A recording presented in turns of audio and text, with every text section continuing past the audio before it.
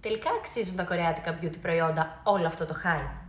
Αν υπάρχει ένα πράγμα το οποίο πρέπει να γνωρίζει για να πετύχει και εσύ το απόλυτο glass skin, όπως αυτό που έχουν οι Κορεάτισσες, είναι πως πρέπει να ενισχύει συστηματικά τον επιδερμικό σου φραγμό και όχι να τον καταστρέφεις. Και πίστεψέ με, τα κορεάτικα beauty προϊόντα εστιάζουν ακριβώς εκεί. Και πραγματικά οι Κορεάτες το έχουν πάει σε άλλο επίπεδο.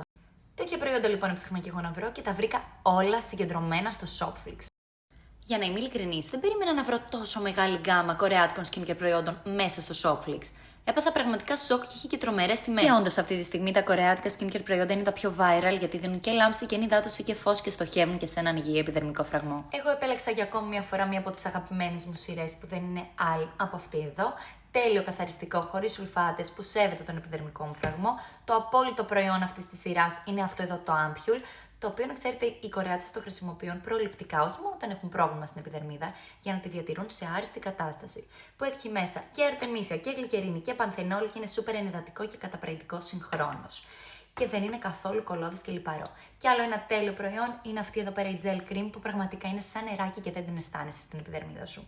Μπείτε και εσείς στο shopflix.gr για να βρείτε εύκολα και γρήγορα ό,τι ψάχνετε σχετικά με την επιδερμίδα σας και γράψτε μου εδώ στα σχόλια αν έχετε δοκιμάσει κάποιο άλλο Korean beauty product που πρέπει να δοκιμάσω κι εγώ, γιατί είμαι έτοιμη να πάρω κι άλλα. Τα λέμε σύντομα σε επόμενο βίντεο.